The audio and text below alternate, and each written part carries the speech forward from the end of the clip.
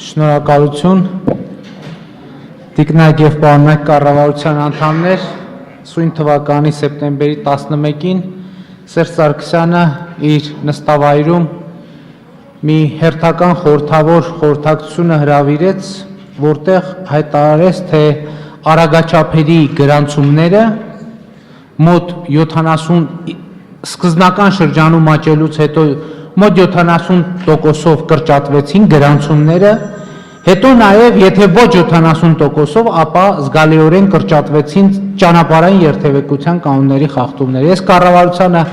հարցում եմ ուղարկել եւ ստացել եմ պատասխան, որը ցույց է տալիս այն, ինչ ակնհայտ է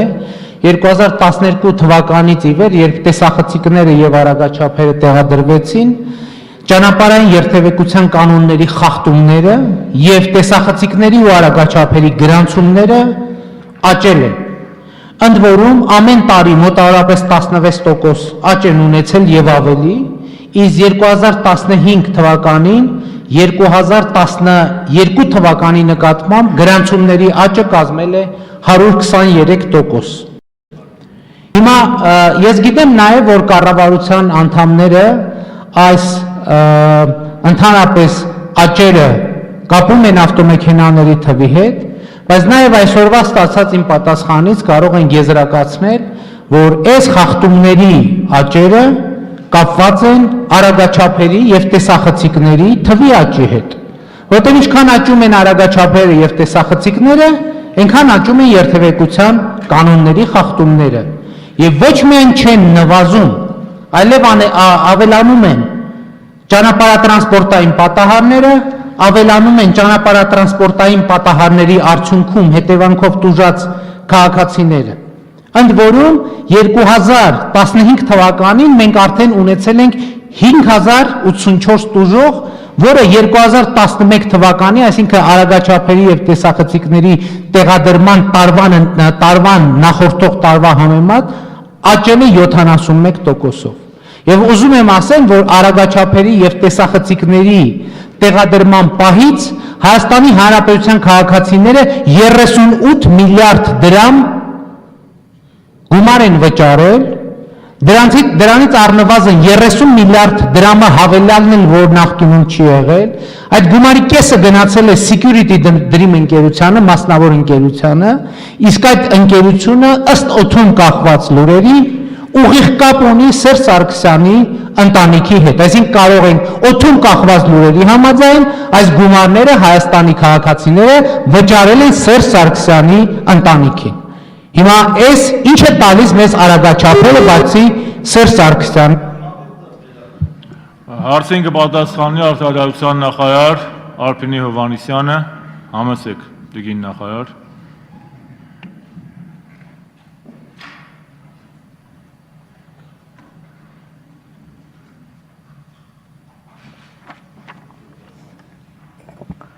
Ազգային ժողովի հարգելի փոխնախագահներ, մեծարգո պարոն վարչապետ, հարգելի գործընկերներ, պարոն Փաշինյան։ Իրավացի եք Հայաստանի Հանրապետության կառավարությունը եւ մասնավորապես Արդարադատության նախարարությունից ձեզ պատասխան է տրամադրվել, որտեղ դուք մի քանի հարցեր եք բարձրացրել եւ այդ հարցերի բարձրացման արդյունքում այժմ կատարված ձեր ընդհանրական մոտեցումները մի փոքր ճշգրտման, այսպես ասած, կարիք ունեն։ Տեսեք, օրինակ, դուք ասում եք, որ 2015 թվականի ընթացքում հաշվառվել է ասացիք զոհեր եւ վիրավոր վնասվածքներ ստացած անձանց թիվ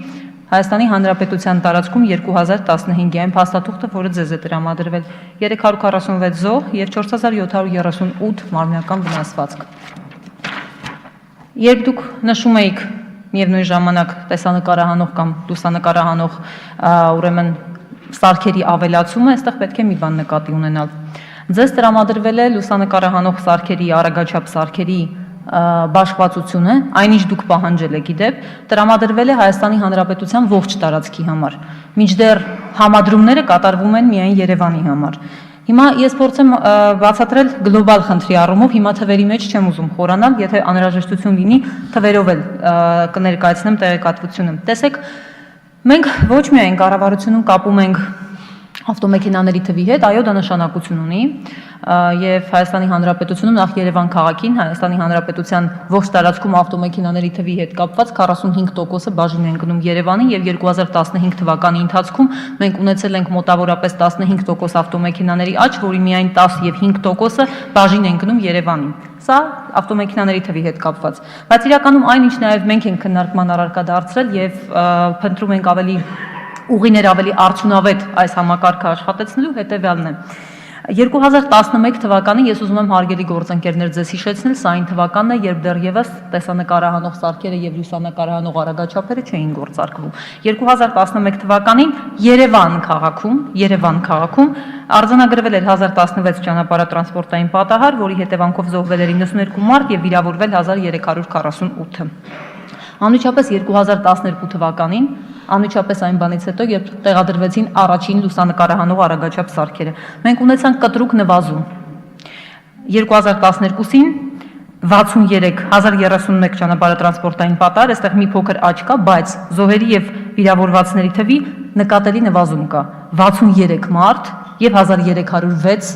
վնասվածք ունեցող մարդ։ 2013 թվականին, երբ կրկին Երևան քաղաքում մի փոքր ավելացվել են արագաչափերը եւ լուսանկարահանող արագաչափ սարքերը, կրկին նվազում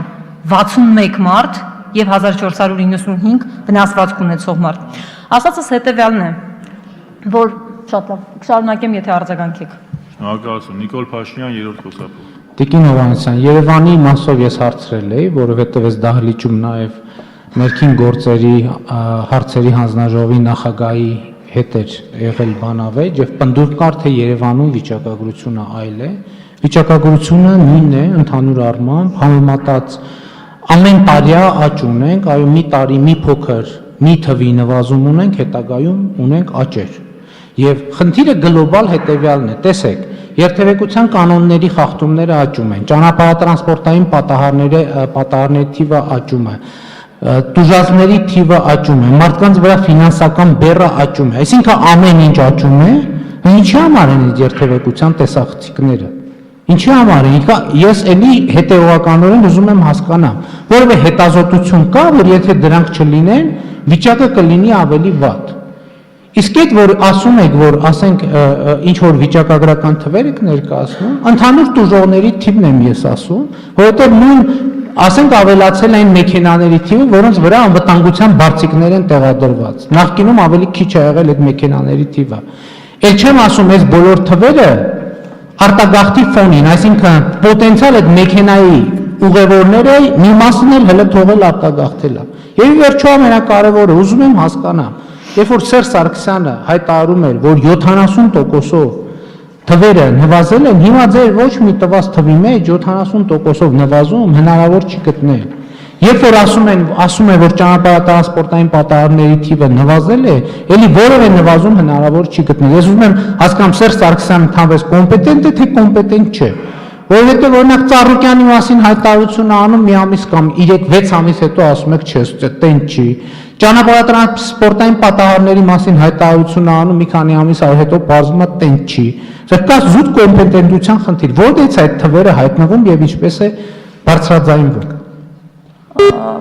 Շնորհակալ։ Պարոն Փաշինյան, կոմպետենտում Մի հատ դադարեցրեք, պարոն Փաշինյան։ Պարոն Փաշինյան, հարցը տվել եք, լսեք պատասխանը։ Երուսում դալիճում է։ Հանգիստ։ Պարոն Փաշինյան, դադարեցրեք։ Ես առաջարկում եմ պարոն Փաշինյան, լավ։ Հանգստացեք։ Պարոն Փաշինյան։ Ես Տիկին Հովհաննիսյան, ներողություն։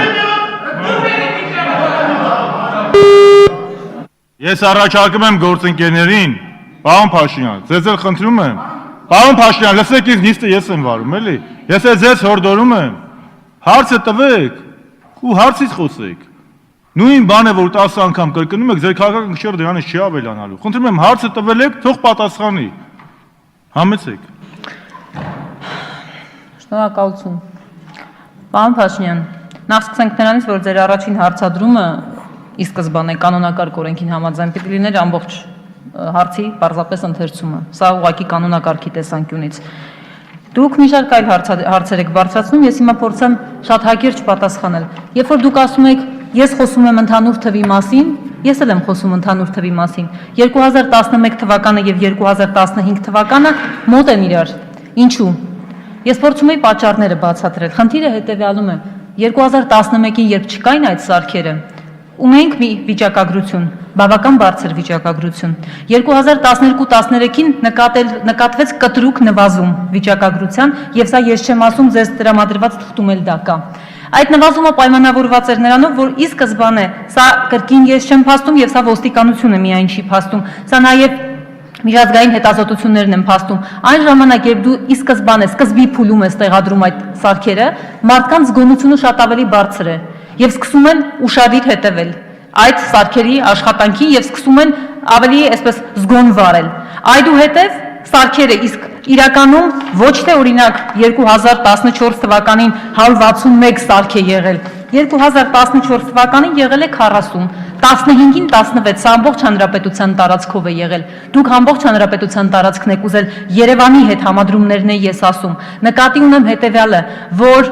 իրականում մարդիկ նաև սկսում են սովորել եւ կարճ ժամանակահատվածի ընթացքում սա իմ դիտարկումը չէ։ Հետևյալ խորհուրդն են տալիս ընդհանրապես, մենք էլ ենք փորձում ավելի արդյունավետ ուղիներ փնտրել, առաջարկներ պատրաստ ենք ընդունել։ Եթե